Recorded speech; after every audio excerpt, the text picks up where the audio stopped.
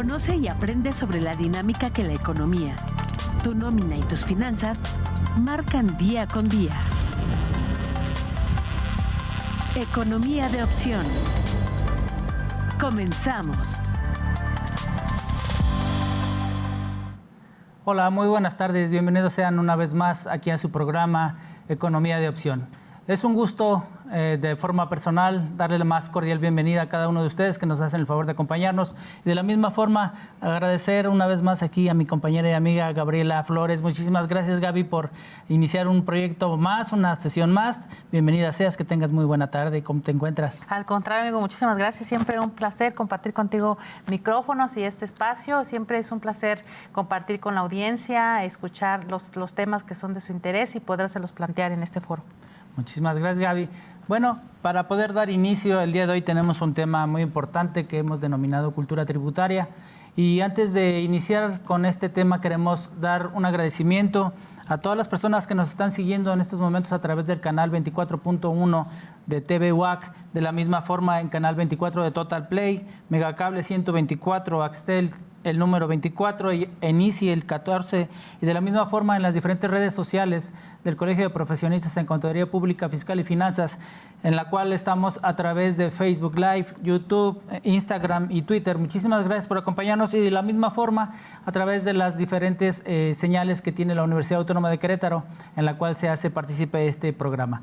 Bueno, pues para iniciar, ahora sí, como les habíamos platicado, vamos a tomar el tema el día de hoy de lo que es la cultura tributaria. Hemos tenido a lo largo de estas semanas una serie de acompañantes o de invitados al programa, en el cual nos han manifestado desde el punto de vista o dentro de la oportunidad que tienen al ser servidores públicos, al utilizar o al desarrollarse dentro de alguna de las oportunidades de las diferentes esferas de gobierno, como también en el esquema de algunos contribuyentes o de algunas personas que se dedican al área de negocios. Hemos encontrado o hemos definido de la misma forma que evidentemente una de las características principales o lo que realmente tenemos que buscar en la intención de mejorar los alcances de nuestra sociedad es precisamente que se desarrolle una cultura tributaria eficaz, una cultura tributaria de altura en la cual se pretenda o se busque que los contribuyentes de este país sean contribuyentes ejemplares. ¿Qué quiere decir con esto? Bueno, que en principio, en atención a lo que nos establece la Carta Magna en el artículo 31, en el capítulo 2,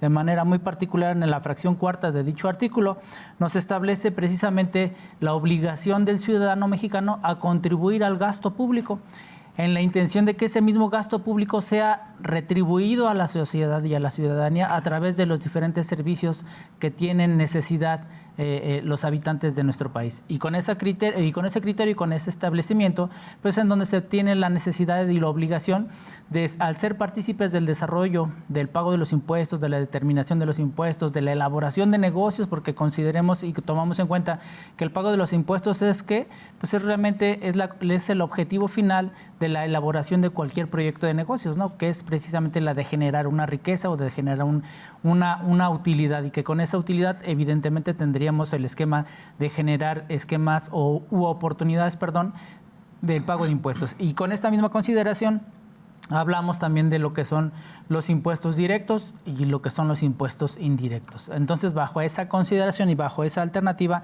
es que tenemos que hacer referencia precisamente a lo que se nos establece en los mandatos, en el esquema de la contabilidad, y haciendo referencia a ellos en las normas de información financiera, de manera muy particular en la A1, en donde se establece lo que es la definición y el concepto de contabilidad.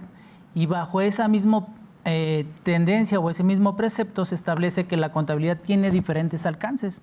No quiere decir que se emitan diferentes opiniones desde el punto de vista contable. Todas las opiniones contables son la misma y todas se elaboran bajo el mismo procedimiento que tienen establecidos o enmarcados los diferentes escenarios en las diferentes normas de informaciones financieras. Simple y sencillamente que el alcance o la manifestación tiene que tener características de aspecto administrativo, financiero y fiscal, y como establecemos o platicamos de ese mismo esquema, el fiscal es el último, y al ser el último es precisamente un esquema de ¿qué? De pago de impuestos. Entonces, bajo este esquema entendemos que realmente el pago de los impuestos viene con una antesala o con un precedente, que es el cual el desarrollar una idea de negocios. ¿Qué nos puedes platicar, Gaby? ¿Qué nos puedes aportar para poder abrir tema con Claro, este característica? un tema por demás interesante. Pues bueno, para los televidentes que nos ven, pues más allá, inclusive como comentaba aquí ya nuestro compañero y amigo, el contador Mauricio Juárez, la fundamentación fiscalmente hablando, constitucionalmente hablando y bueno, inclusive en cuanto a las normas de información financiera, ¿no? Por aquí, pues inclusive pudiéramos mencionar inclusive hasta el código, ¿no? En su artículo primero, el Código Fiscal de la Federación, pues que obliga a las personas físicas y morales a pagar impuestos. Pero yo creo que debemos de ligar esta parte de la legalidad, como bien mencionábamos ya estos artículos, pero ligarlo ¿en qué sentido? A conciencia, a generar conciencia en los ciudadanos, que no solo porque están fundamentados, sino de verdad ver la intención que el de pagar impuestos pues va más allá del que esté fundamentado en una ley, sino más bien que nos va a traer beneficios como ciudadanos, que se nos va a retribuir en obras, en servicios de educación, de salud, etcétera. Entonces, es bien importante aquí que trabajemos en conjunto, ¿quiénes? Que trabajemos en conjunto sociedad, gobierno, y por supuesto las instituciones de educación. ¿Por qué las instituciones de educación también forman parte de estos actores para que se logre crear esa conciencia en los ciudadanos? Pues finalmente ustedes saben que la segunda casa o el segundo hogar de muchos de nosotros es la escuela.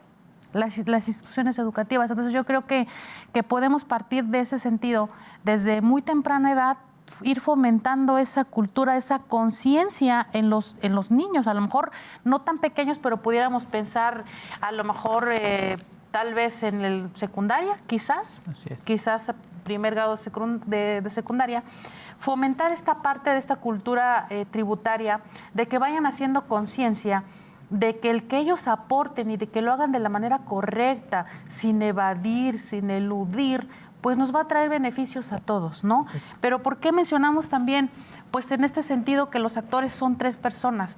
Pues también en este sentido, si nosotros observamos, es un papel muy importante el que juega el gobierno. ¿En qué sentido? Si yo, muchas de las ocasiones, o por ejemplo yo me he acercado o he escuchado como asesor, he escuchado, por ejemplo, luego algunos contribuyentes o en pláticas ha salido, de repente me dicen, es que la verdad a mí me pesa contribuir, pues porque mira, la verdad hay mucha corrupción o lo que yo aporto de mis impuestos no se va o no se le da el destino que constitucionalmente está también establecido como un principio, ¿no? El principio del uso o destino del gasto. Entonces dices, bueno, ¿a dónde van o no se le da el uso adecuado a los recursos que yo estoy aportando, si bien con mucho esfuerzo? ¿Por qué? Porque soy empresario, porque soy persona física, porque soy un pequeño contribuyente, porque soy una gran empresa. Sin embargo, los esfuerzos se enfocan y obviamente es resultado de todo un trabajo que hay detrás de todos los colaboradores, los directivos, etcétera, los dueños, los socios, los accionistas. Entonces, de repente se encuentran con este tema de decir, oye, es que la verdad sí me pesa pagar los impuestos porque no se van o no hay una rendición de cuentas adecuada o no se destinan a donde debería de ser, ¿no? Por este tema de la corrupción. Entonces, yo creo que por eso es bien importante que el gobierno aquí establezca políticas adecuadas que obviamente que generen y que permitan esta transparencia, esta rendición de cuentas, para que obviamente nosotros como ciudadanos tengamos la certeza y la confianza de que si estamos contribuyendo, obviamente estas contribuciones que además pues van a figurar como en la ley de ingresos, de alguna manera pues que el destino pues esté bien justificado con el presupuesto de egresos. Entonces, pero que tengamos esa certeza, oye, yo como gobierno, mira, aquí está, te voy a rendir cuentas a ti, ciudadano, de lo que estás contribuyendo. Y yo creo que esa parte también es fomentar esa cultura o esa conciencia fiscal. Y por otro lado, nosotros como sociedad, es un papel muy importante que jugamos en esta obra, en esta actuación, por decirlo así. ¿Por qué? Bueno, porque de nosotros depende que si lo hacemos correctamente, ¿verdad? Obviamente se logra un equilibrio y las cosas van a funcionar y vamos a vivir más armónicamente, vamos a tener más beneficios, etcétera. Entonces, yo siempre he dicho que el que nosotros contribuyamos de forma o sea, no solo cumplir en tiempo, sino de fondo también que lo hagamos correctamente, va a propiciar a que el efecto sea multiplicado. O sea, que se multiplique. ¿En qué sentido? Ok, yo aporto, pero al momento en que yo estoy aportando, ya sea a través, como mencionabas tú, de los impuestos indirectos o los impuestos directos, si yo aporto de verdad, lo voy a ver multiplicado en una obra. ¿Y por qué multiplicado? Porque inclusive cuando se crean esas obras que va a ser para beneficio de nosotros, se están generando fuentes de empleo. Exacto. Entonces, hay un crecimiento económico impresionante detrás de todo esto, ¿no? Entonces, sí es bien importante que esa conciencia o ese chip de las personas se vaya creando a una edad adecuada en la que se tenga la conciencia y de captar y aterrizar y ver cuál es la esencia o la base principal de pagar impuestos, pero también que no es una edad tampoco tan temprana en la que no entendamos ni siquiera qué o cómo se come, ¿no? Entonces, porque de por sí nosotros ya sabemos, amigo, que las legislaciones y el demás, pues también son un poquito complicadas, ¿no? El poder comprenderlas o entenderlas, ¿no? Es un tanto cuanto complicado. Entonces, por ese lado sí, el generar, yo creo que es bien importante fomentar esa conciencia de la ciudadanía respecto a las obligaciones que debemos tener, cómo las debemos cumplir y por qué se deben de cumplir, ¿no? Claro que sí, efectivamente, bueno, nos has participado una serie de definiciones o de conceptos muy, muy interesantes, en lo cual quiero retomar un poquito algunos de ellos. En principio, nos hablabas acerca de generar una conciencia social, en la cual se establece precisamente que se dé o se suministre o se ponga al alcance de la ciudadanía. Ahora lo que estamos buscando es que sea una edad más temprana el esquema de poder entender por qué se tienen que pagar impuestos.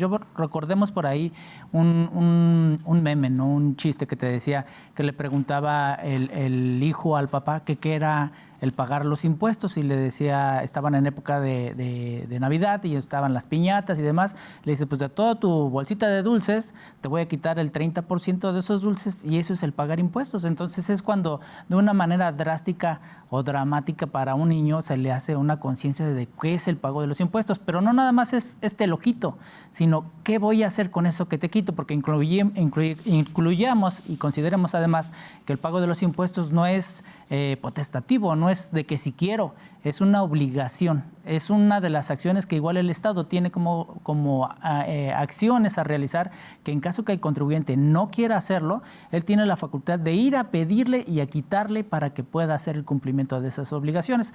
Entonces, hemos visto que en las últimas épocas de criterios escolares, sobre todo en materias de primaria, le llaman primaria alta, ¿no? Que es después de tercer año. Entonces, en ese esquema empiezan a generar algunas ferias de finanzas que le denominan ellos, y es precisamente con la intención de que los niños empiecen a interactuar en un aspecto y una oportunidad real de cómo pudieran hacer un negocio. Y es simple y básico, ¿no? Vamos a hacer un dibujo, vamos a hacer algunas cuestiones que tú puedas vender entre tus compañeros, etcétera. Y bajo esa misma característica, vamos a recaudar todo eso, obviamente a una forma, a un esquema meramente didáctico, no se maneja dinero, etcétera, pero bajo ese mismo criterio es cuánto llegaste a consolidar en tu ejercicio de ventas, tanto. Ok, entonces para concluir tu ejercicio de ventas tienes que culminar con el pago del impuesto, ¿no? Ok, y el niño sin entender, como tú bien decías hace un ratito, ¿por qué tengo que darles parte de ese dinero? Bueno, mira, es que te voy a dar parte de ese dinero para que a su vez yo pueda tener como mesa directiva, o como escuela o como etcétera, que te voy a poner que tengas agua aquí en el suministro, en el lugar donde estamos realizando el esquema. Te voy a poner luz, te voy a poner esto. Entonces ya vimos y le suministraste de una manera indirecta al pequeño actor esa situación de en qué se utiliza ese dinero que se les quita. Entonces, eso evidentemente ha ido generando una serie de conductas y de culturas diferentes. Evidentemente, tú decías, nosotros ya hasta entendemos que hasta difícil es entender la ley. Más aún entenderla, sí, tratar de interpretarla, ¿no? Sí. Entonces, bajo esa misma característica, pues, ¿qué quiere decir? Bueno, es que ustedes ya están maleados, ¿no? Ustedes ya traen otra idea, ya traen otro chip. Ya esa es otra cosa. Pero entonces, ¿qué tenemos que hacer nosotros como sociedad? Pues precisamente Claro. el tratar de inculcar esas oportunidades y esos alcances reales de lo que vivimos como ciudadanía y como adultos dentro de un esquema social a los pequeños actores. poco a poco debemos de ir encontrando esas formas óptimas de hacer el alcance directo y la manifestación para que ellos con actos pues, cotidianos, rutinarios, entiendan por qué tienen que participar en un desarrollo económico, por qué tienen que hacerle en ese cumplimiento, pero que además ese cumplimiento tiene leyes, ¿no? Tiene unas características, unas reglas específicas y que bajo ese mismo criterio siempre habrá un regulador. Que nosotros de alguna manera entendimos a la mala, claro, que el regulador es el Estado y que el regulador viene a quitarte. No, ellos tienen que entender que el regulador viene precisamente con esa oportunidad y con esa necesidad de interactuar entre todos esos pequeños que están realizando esa actividad, precisamente para que exista un orden y para que ese orden a su vez se vea consolidado en los servicios y en los beneficios que ellos deben de tener. Entonces, hemos encontrado, inclusive, yo he visto en algunas propuestas de tesis de algunos compañeros ahí de la universidad, en donde tratan de hacer esa implementación a educaciones cada vez menores. Insisto, lo hemos visto ya de manera muy presencial, muy efectivo aquí en el estado de Querétaro, en lo que le denominan primaria alta, que es de cuarto, quinto y sexto año de primaria, pero evidentemente está tratando a las instituciones educativas de tratar de llevarlo cada vez un poco menor, insistiendo bajo la misma característica que nos decía la contadora Gaby, debemos de ir paso a paso. ¿Por qué? Porque si no también se vuelve un esquema de rechazo, ¿no? Entonces, con ese esquema de rechazo, lo que menos se va a pretender es que esa oportunidad de desarrollo en la cultura de la comunidad se vea lesionada o lastimada con ese criterio. Bueno, tratando de ir un poquito más allá, también nos platicabas, Gaby, de un escenario y de una participación tripartita, la sociedad, el gobierno y obviamente las instituciones educativas, ¿no? Nosotros como institución educativa lo que pretendemos es precisamente de llevar por el buen camino, platicábamos hace unos días con la rectora de la universidad y también con el director de la facultad, de los diferentes planteamientos, de los diferentes estudios, de los diferentes planes que establece la universidad y que ofrece y que veíamos los alcances que ha tenido esta institución y bajo esa misma consideración y esos mismos resultados encontramos y vemos manifiesto que realmente las oportunidades y los logros que se han podido alcanzar en estos años, pues vienen en atención directa a ¿qué? Pues al plan, a la metodología, al alcance, a lo que está pretendiendo proporcionar e instituir la misma universidad en todo el estado de Querétaro. Y de la misma forma decíamos, no nada más es lo que cae en el estado de Querétaro, sino lo que viene de todos aquellos estudiantes que vienen a estudiar a esta institución y que de la misma forma van a sus entidades y lo replican. Realmente eso ha resultado una forma óptima e ideal. Evidentemente las condiciones y las características de nuestra región geográfica pues son diferentes, ¿no? Y bajo esa misma intención, ¿qué es lo que tenemos que buscar? Pues tratar de replicarlo para que en la mayoría de las entidades en las cuales tengamos esa participación, pues sea de la misma forma, no existan esas diferencias. Entonces, eso a final de cuentas, ¿qué es lo que nos viene a generar? Esquemas de cultura. ¿Y qué tenemos que invertir cada vez a menores edades? ¿Para qué? Decíamos, ya cuando el árbol ya creció, y si se fue chueco, claro, pues ya es difícil enderezarlo, ¿no? Entonces, pero si desde que lo acabas de sembrar y empiezas a darle la guía, entonces bajo esa misma intención le vas a tratar de dar los lineamientos. Evidentemente, todo esto es criterio o una intención real de generar cultura, de generar un esquema ideal u óptimo de lo que es una correcta y una cultura social realmente importante, de participación, de integración y como tú bien decías, también el tema de la rendición de cuentas y el tema de la transparencia. Evidentemente son el día de hoy acciones en las cuales la ciudadanía tiene la oportunidad de interactuar. No tenemos la necesidad ni tampoco tenemos por qué dejarle a la autoridad que ellos sean los que ejecuten, los que transparenten y los que ofrezcan.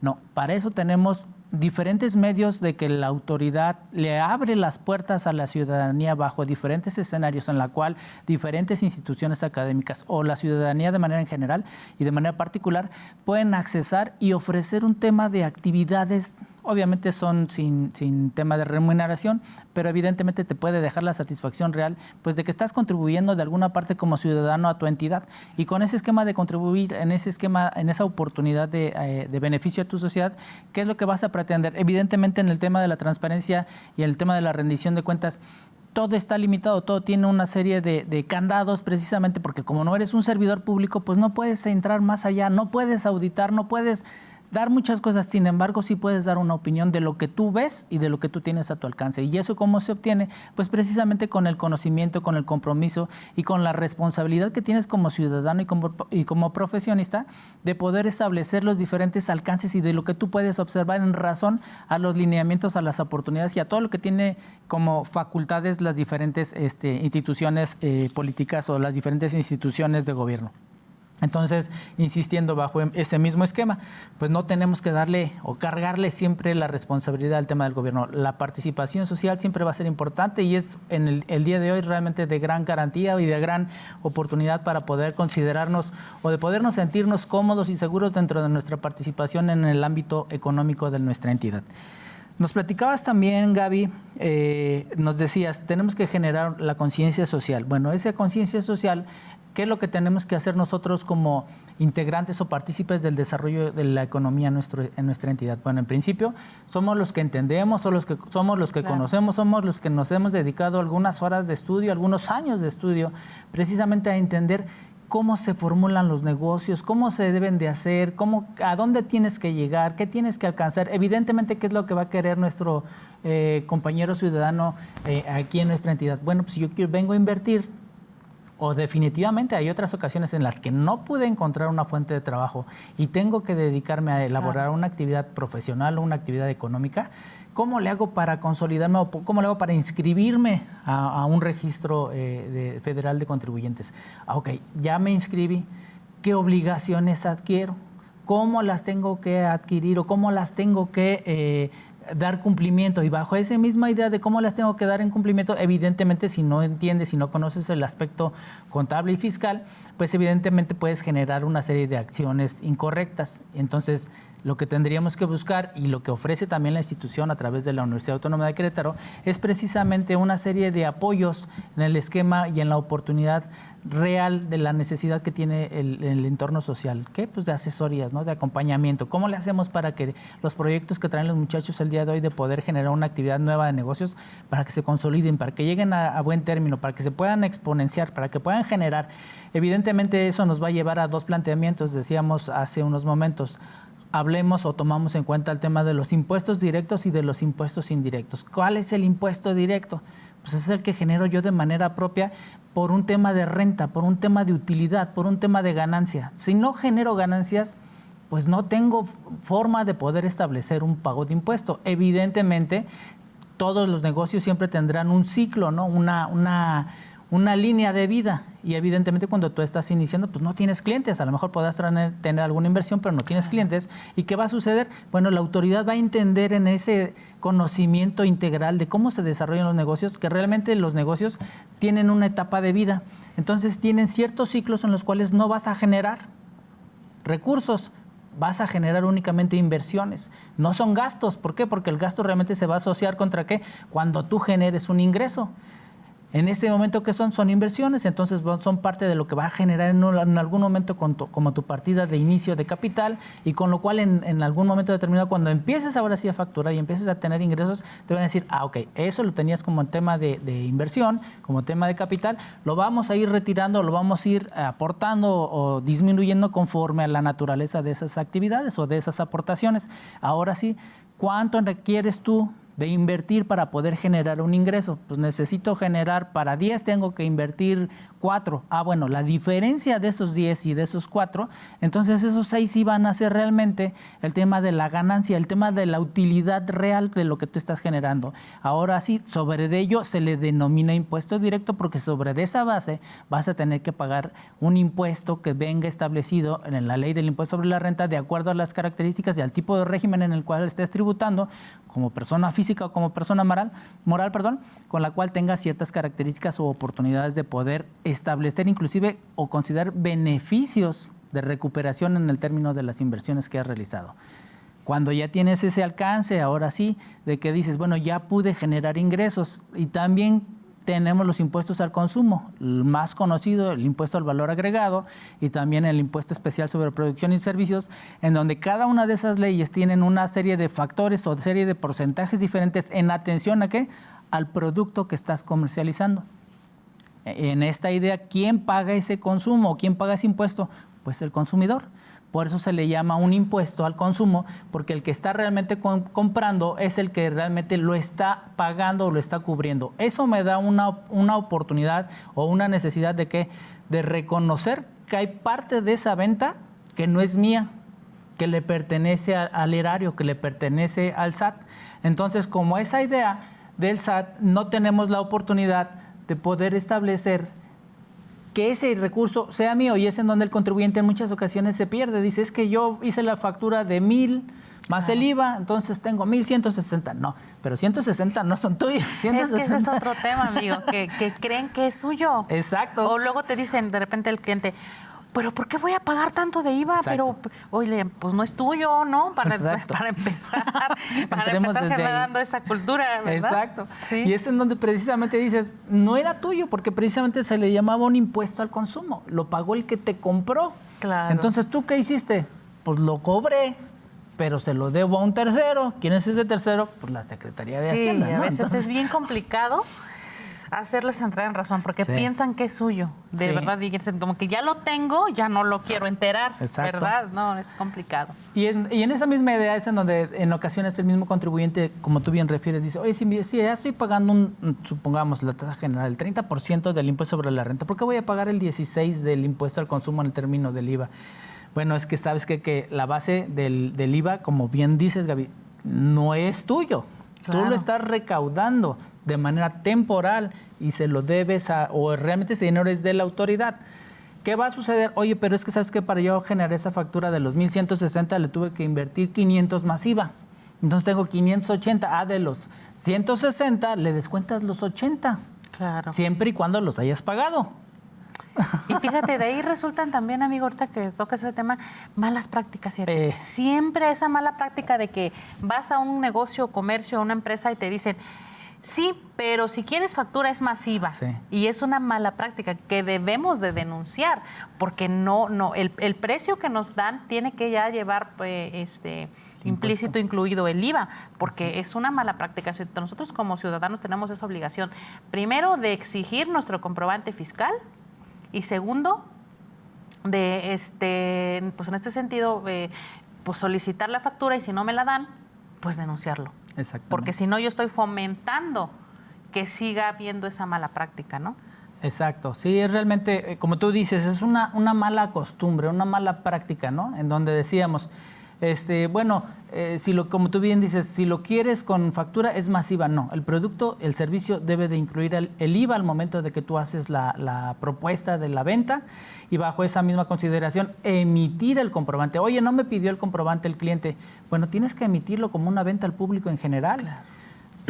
Habrá quien todavía se la siga jugando y diga, ¿sabes qué? Es que entonces hazlo en la cuenta no fiscal. Ah, qué otra, ya sé otra. Con La cuenta no fiscal no existe.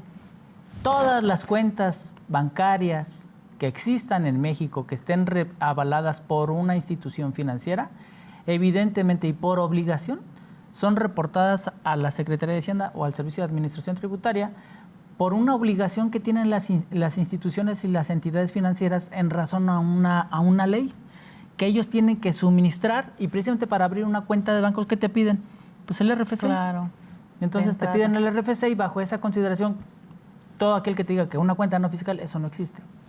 Todas Eso están no existe. fiscalizadas. Completamente. Entonces, si no lo haces, si no lo enteras bajo esa misma forma de autodeterminación, es en donde sí entra el tema de la autodeterminación, reconociendo que facturé o no facturé, pero recibí el ingreso en mi cuenta de bancos y se lo notifico a la autoridad. Si no lo hago en esa misma atención, entonces la autoridad nos va a generar ahora sí actos de molestia para el contribuyente, que son actos reales u oportunidades reales de ejecución de facultades por parte de una autoridad.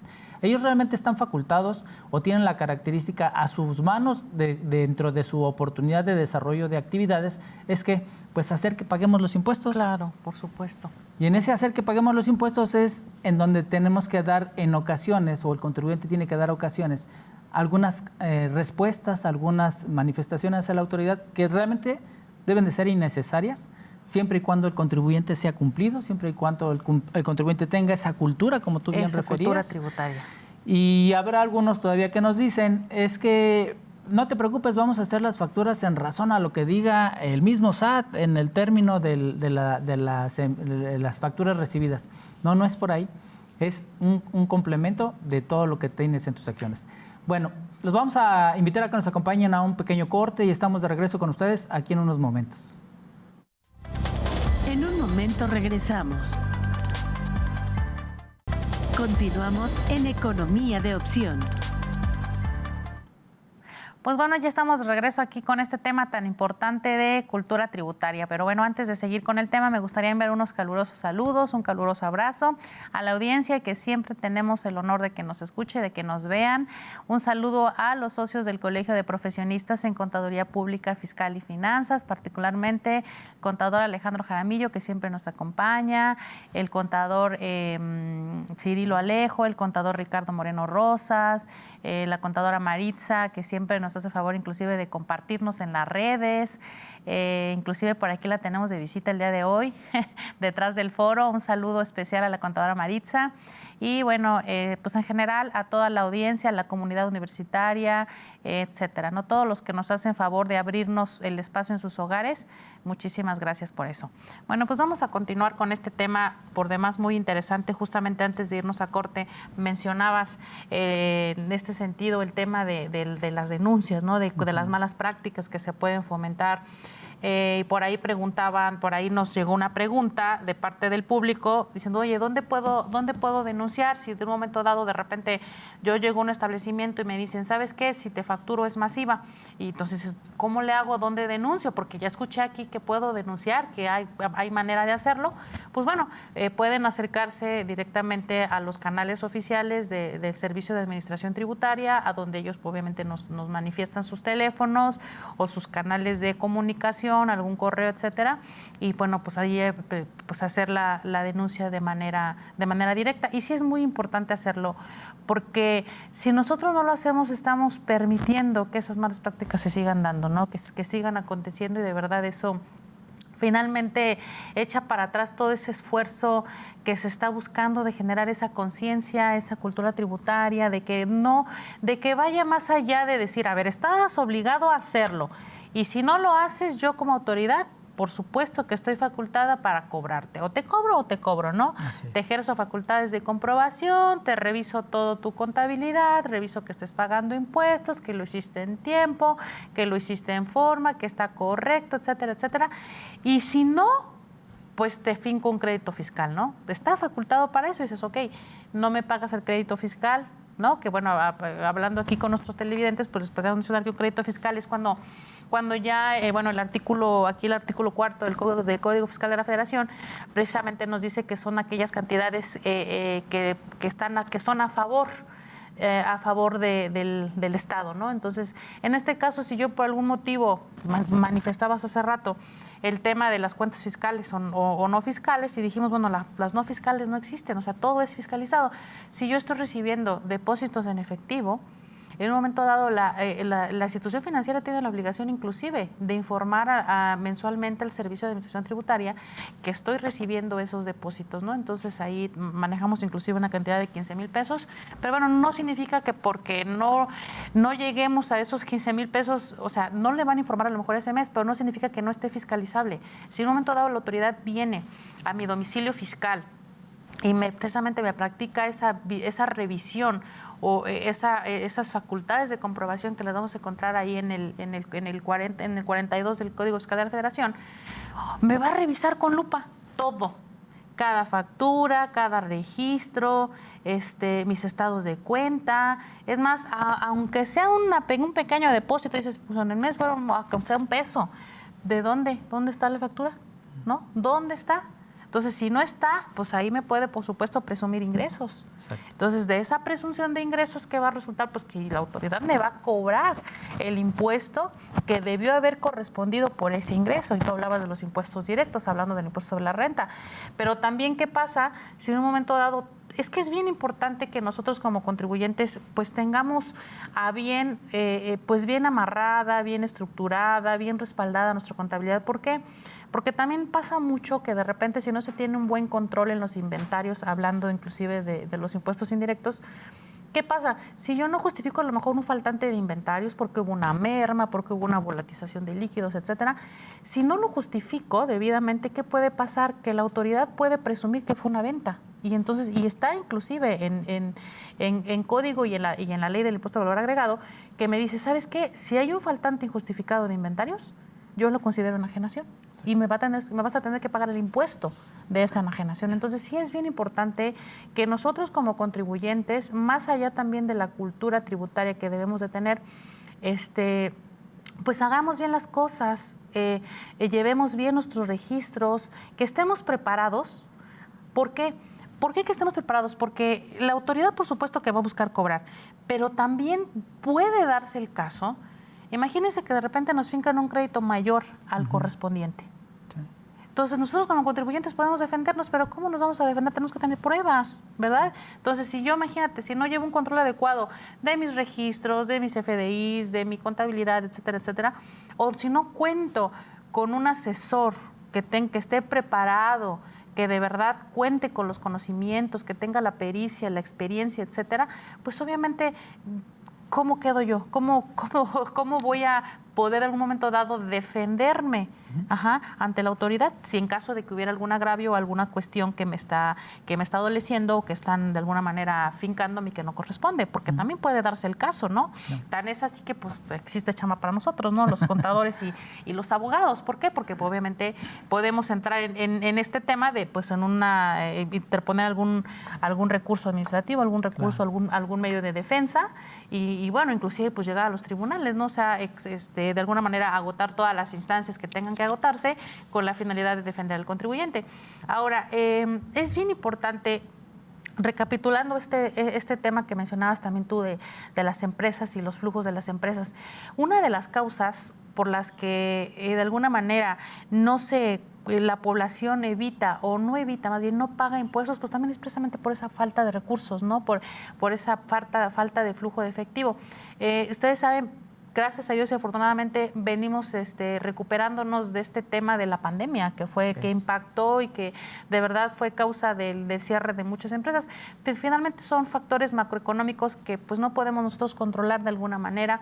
No podemos controlarlos, pero sí como asesores financieros, como asesores fiscales, pues sí podemos a lo mejor darle una orientación al contribuyente para que el impacto sea menor o inclusive para ver de qué manera se puede salir a flote con esta situación, ¿no? Y entonces esa parte del poco flujo de efectivo o del nulo flujo de efectivo en las empresas, por supuesto que ocasiona también que no se cumpla o que con el pago de los impuestos. Sin embargo, repetimos, el hecho de que no haya flujo de efectivo, si generaste utilidad, como bien mencionabas anteriormente, tienes que pagar impuestos, o sea, sí o sí. O sea, no hay de otra, ¿no?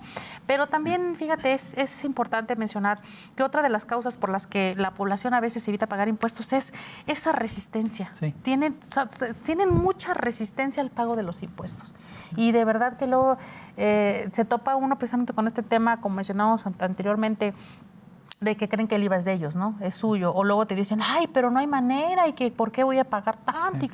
Y luego fíjate, luego hasta te dicen, oye, el otro contador así que con el otro contador pagaba menos. Entonces dices, sí. Oye, no, pero a ver, vamos a revisar y fíjate, pues siempre ir derechitos, conforme a la ley. ¿Por qué? Porque finalmente si tú haces mal las cosas y si obras mal, por supuesto que la autoridad en un momento dado, si te ejerce facultades de comprobación, pues se va a dar cuenta, claro. Te va a revisar. ¿Y qué necesidad de llegar a esa instancia?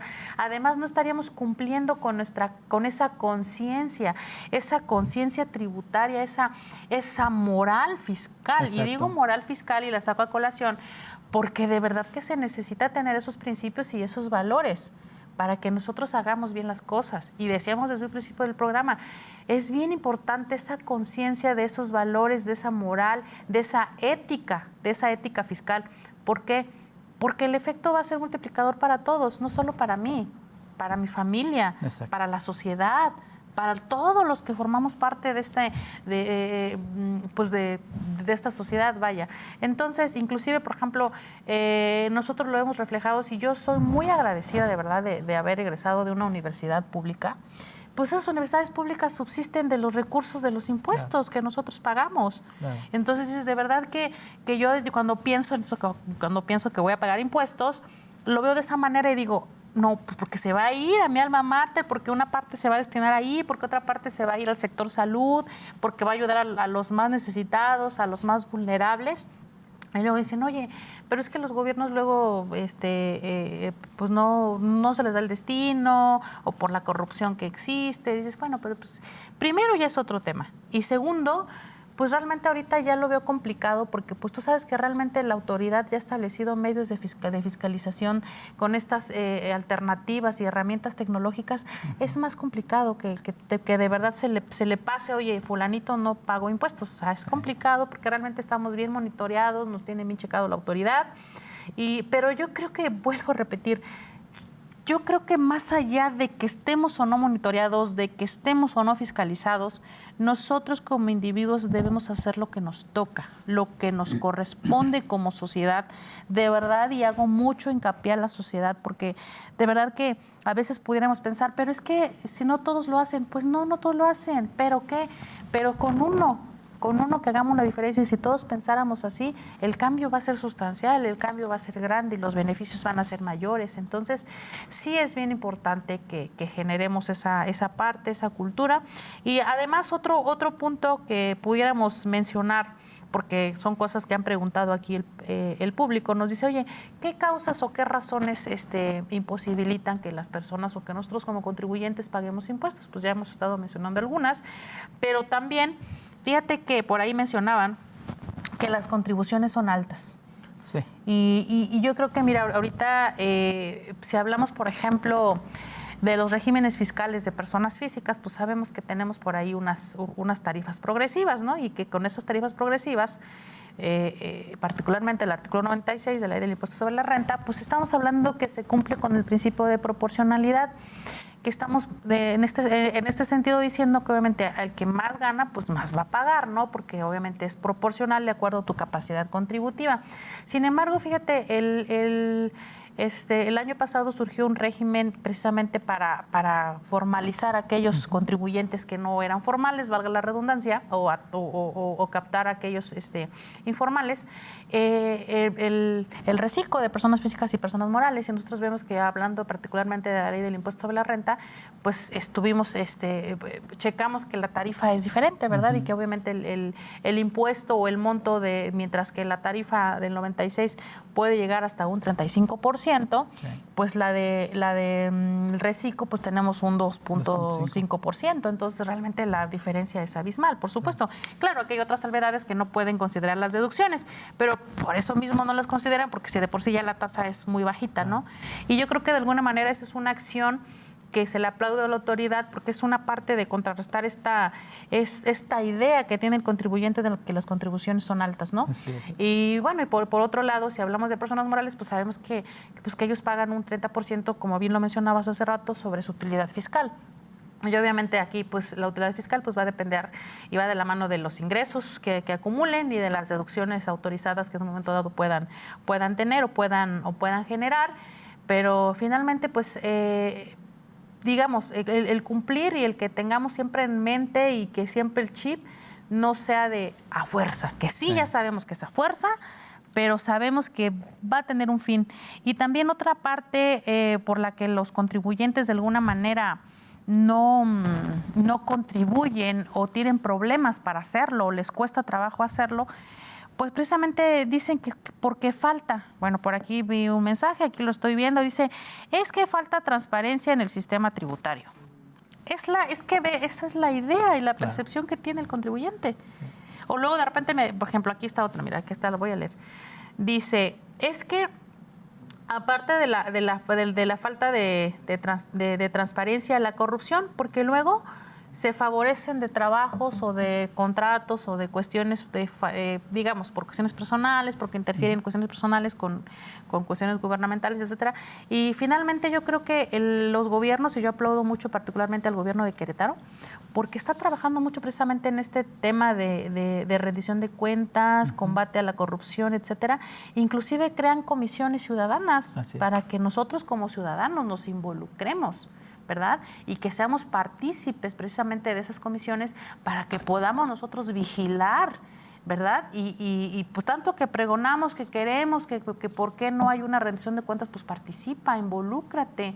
Ahí está, las herramientas están, las plataformas tecnológicas están, donde nos informan, las instituciones están creadas para eso, para que exista precisamente esa transparencia en la rendición de cuentas y que nosotros como contribuyentes estemos satisfechos y conozcamos el destino de todas nuestras contribuciones, ¿no? Y de verdad ahora sí hacerlo con gusto y decir, claro, mira, ahí va, ahí se fue, ahí se destinó el recurso que yo aporté a través de mis impuestos para en el momento que contribuí como buen ciudadano y que cumplí con lo que me toca, porque me toca hacerlo.